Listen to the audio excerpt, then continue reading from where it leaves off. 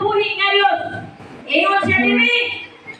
Apan ipakita sa Diyos ang iyang gugma kanato kay diha nga kita makasasalang ba si Kristo nagpangamatay nato, dili lang usado ang tulo, dili lang ang ating Jesus, dili lang ang mga baptist, dili lang ang mga alliance ipakamatyan sa ino, kundi ang tanang sikto nga naa nagpuyo inis kalibutan.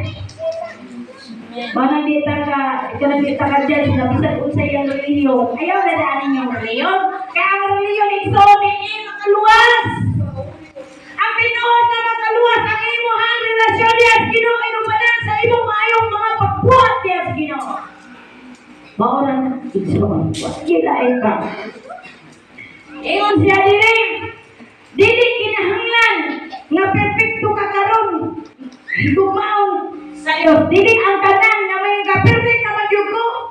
Ako rin gigumas Ginoo. Bisan sa makasala pa ka, nganong gilukat gikan ka sa labok, gusto Ginoo nga hugasan ka. Na ang gusto sa Diyos na ikaw makagiuban ka niya, bisan nasa siya monto. No?